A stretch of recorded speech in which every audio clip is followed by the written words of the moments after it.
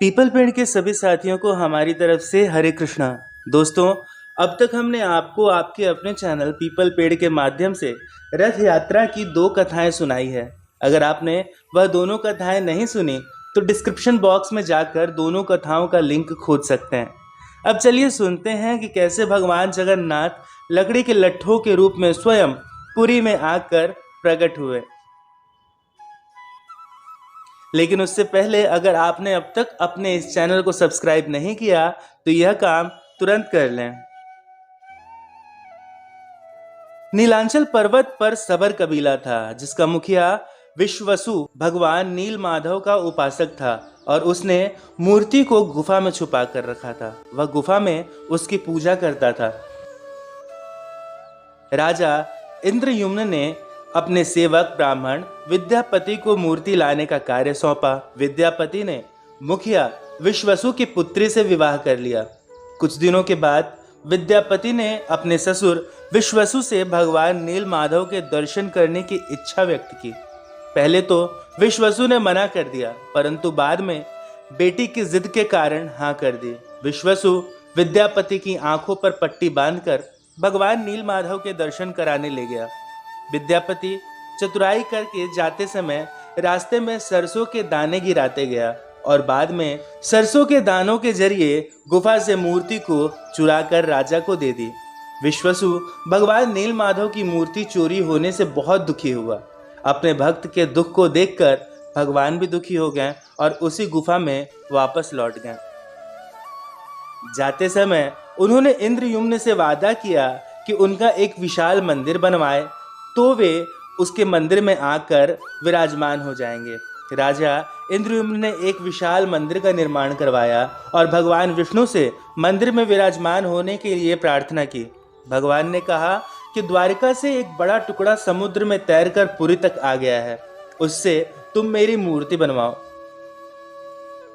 राजा के सेवकों ने टुकड़े को ढूंढ लिया पर वे सब मिलकर भी उसे नहीं उठा पाए। तब राजा ने सबर कबीले के मुखिया नील माधव के अनन्य भक्त विश्वसु को उस भारी टुकड़े को लाने के लिए प्रार्थना की। सबको बहुत आश्चर्य हुआ जब विश्वसु भारी भरकम लकड़ी को उठाकर मंदिर तक ले आए।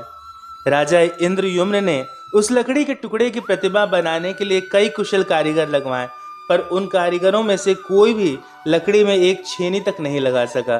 तब सृजन के देवता भगवान विश्वकर्मा एक बुजुर्ग व्यक्ति का रूप धारण कर वहां पहुंचे। उन्होंने राजा से भगवान नील माधव की मूर्ति बनाने की इच्छा व्यक्त की और अपनी शर्त भी रखी। उन्होंने कहा कि वे 21 दिन में मूर्ति को एकांत में बनाएंगे। उन्हें मूर्ति बनाते हुए कोई नहीं देख सकता। राजा ने उनकी शर्त सहर्ष स्वीकार की। अब लोगों को कमरे के अंदर आरी छैनी हथौड़ी की आवाजें सुनाई दे रही थीं। इसी बीच रानी गुंडिया, जो राजा इंद्रयुम्न की रानी थी, दरवाजे के पास गई पर उसे कोई आवाज सुनाई नहीं दिया। उसे लगा कि वह बूढ़ा कारीगर मर गया।